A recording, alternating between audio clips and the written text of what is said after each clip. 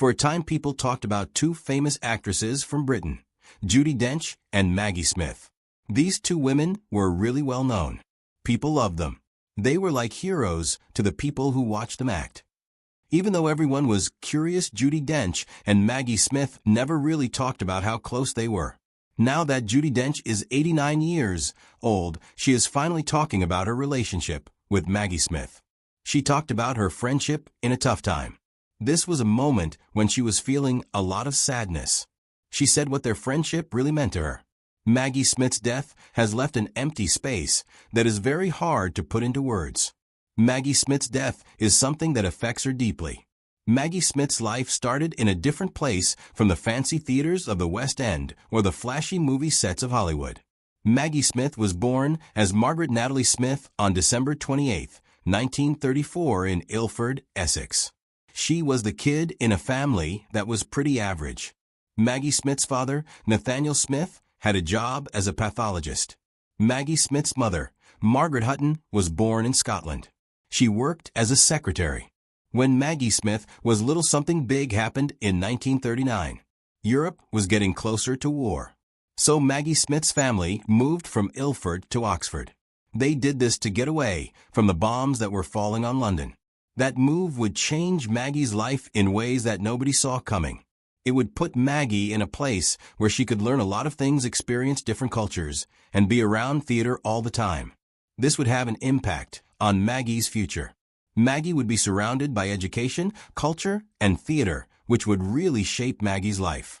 Maggie was a student at Oxford High School. She was not the type of person who liked to be the center of attention. Maggie was actually very quiet, liked to keep to herself.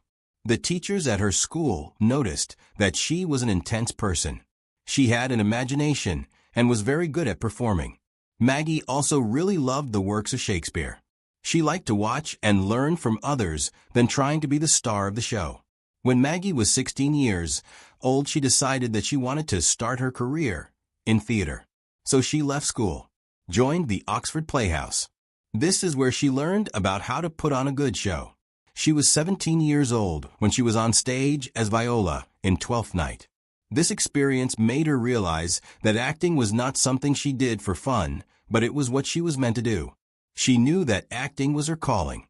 She really wanted to act, so she went to the Royal Academy of Dramatic Art in London. It was very hard to get in.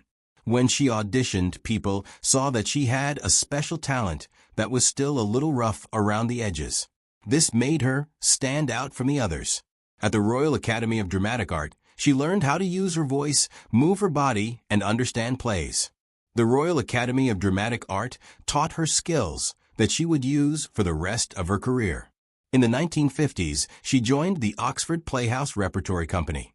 The Oxford Playhouse Repertory Company put on a lot of plays in an amount of time, so she had to learn her parts very quickly. This was work, but it helped her remember things better and understand her feelings more deeply.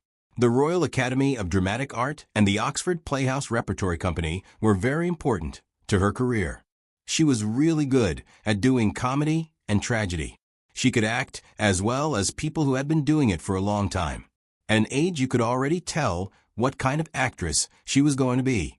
She did not just want to act. Comedy and tragedy were what she wanted to do. For a time, she wanted to make a career out of comedy and tragedy. Maggie Smith was getting too big for the stages in Oxford by the late 1950s. So in 1959, she joined the Old Vic in London, which is a really famous theater company. The Old Vic is where actors can make a name for themselves by performing in Shakespeare's plays.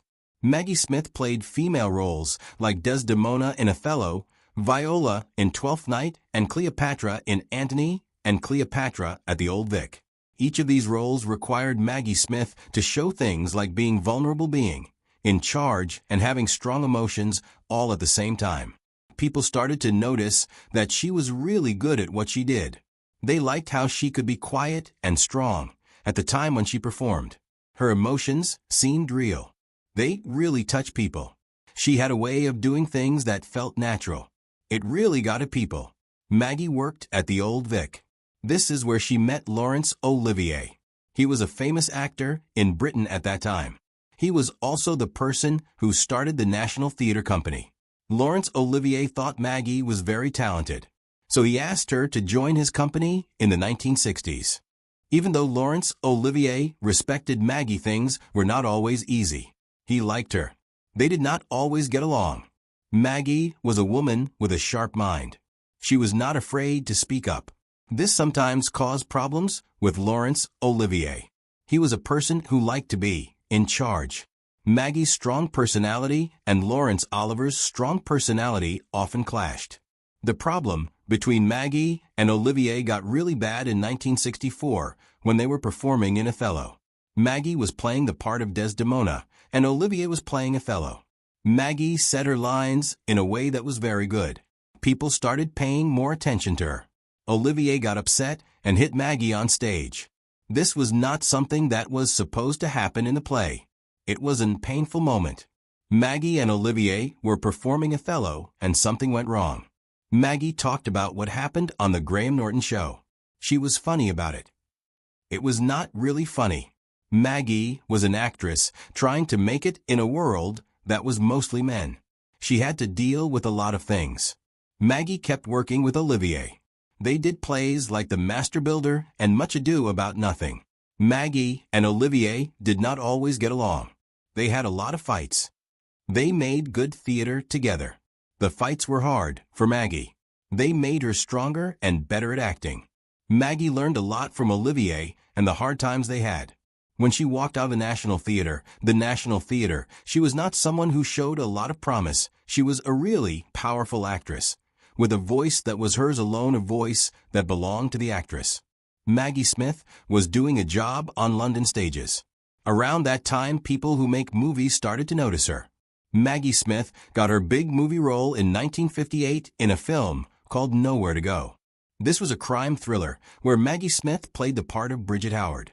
Even though Maggie Smith was still not well known, she did a great job and got a BAFTA nomination. This showed that Maggie Smith was just as good on screen as she was on stage.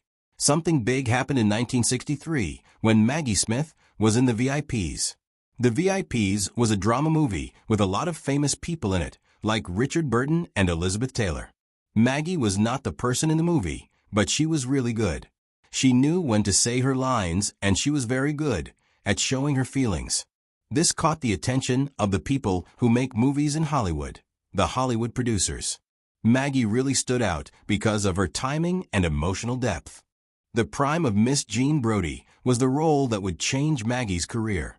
She played Jean Brodie, a schoolteacher who did things her own way and did not care what others thought. Maggie was really good at showing how smart and charming the prime of Miss Jean Brodie was. Also how scary she could be. The prime of Miss Jean Brodie thought she was helping her students become great. Really, she was being arrogant and not seeing things clearly, which led to bad things happening. Maggie showed all the sides of the prime of Miss Jean Brodie, going from being funny to being idealistic, to being really mean, and she did it all very easily. People really liked the way she acted. In 1970, she got the Academy Award for Best Actress. This award changed everything for her. Before that, she was a known performer on the British stage. After that, she became a movie star all around the world. The Academy Award for Best Actress was a deal for her. It made her a star of movies. Maggie did not get caught up in the glamour of Hollywood like a lot of people do. She liked to go to the theater and perform on stage. Maggie did both stage and movie work through her career. Movie roles just kept coming to her. In 1978, Maggie was in the movie California Suite by Neil Simon.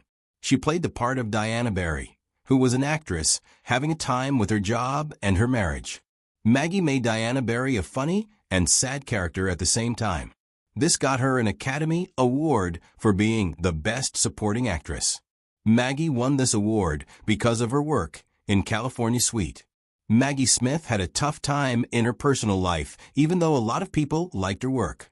She got married to an actor named Robert Stevens back in the 1960s. Robert Stevens was a good actor, but he had a lot of problems. Maggie Smith and Robert Stevens started out happy. Things got bad really fast because Robert Stevens drank too much, cheated on Maggie Smith, and was not very stable.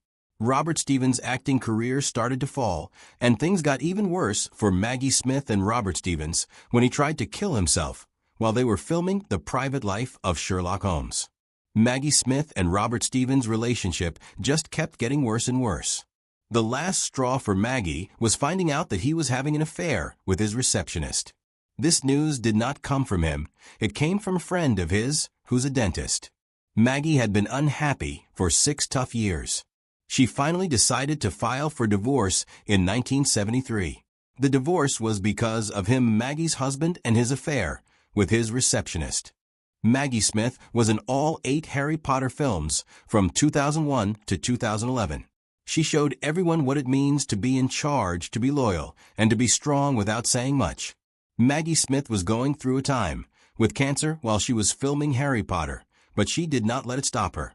After Harry Potter was over, Maggie Smith did a job in Downton Abbey, which started in 2010. As Violet Crawley, the Dowager Countess of Grantham, Maggie Smith was really good on the show with her words and kind heart. People loved what Maggie Smith said on Downton Abbey, and the show was popular in 100 countries. Maggie Smith won awards for her performance, including 3 Primetime Emmy Awards, a Golden Globe, and 4 Screen Actors Guild Awards, which made her a famous person that people of all ages like. Maggie Smith is still a deal today. Maggie and Judi Dench were friends for a long time.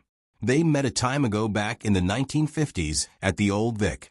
At that time, they were both actresses sharing the same dressing rooms and having big dreams. Maggie and Judi Dench were very different. They got along really well. Maggie had a sense of humor, which balanced out Judi Dench's kind heart. As time went on, Maggie and Judi Dench became closer friends. They worked together on a lot of projects like the movies A Room with a View, Tea with Mussolini, Ladies in Lavender, and The Best Exotic Marigold Hotel.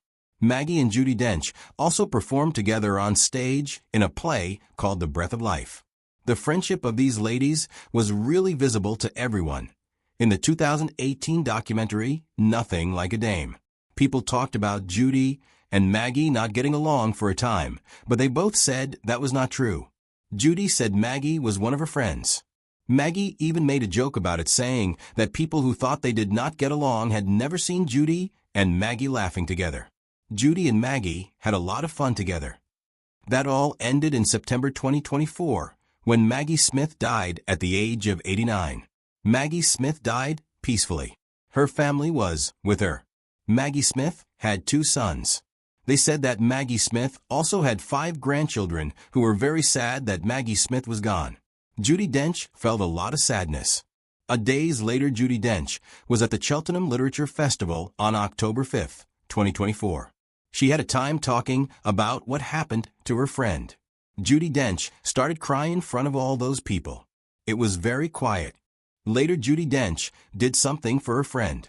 Judi Dench has a forest at her home in Surrey. She likes to plant trees when someone she cares about dies. For Maggie, Judi Dench planted a crab apple tree. Judi Dench even put one of the apples from that tree in her pocket when she said goodbye to Maggie for the time. This way, Judi Dench could feel like Maggie was still with her. Judi Dench and Maggie Smith were friends for 60 years. They went through a lot, like becoming famous, being sick, and dealing with personal problems. When Maggie Smith passed away, the world did not just lose an actress, but they also saw the end of a special friendship that was a big part of British theater and film. Maggie Smith did a lot of work, but being a good friend to Judi Dench was probably the most important thing she did. Now, Judi Dench remembers Maggie Smith in a gentle way, thinking about her when she is among the trees that she planted for the people she loves who are no longer alive. What is your favorite Maggie Smith performance, and how do you remember her best? Share your thoughts in the comments, and don't forget to like and subscribe for more stories like this.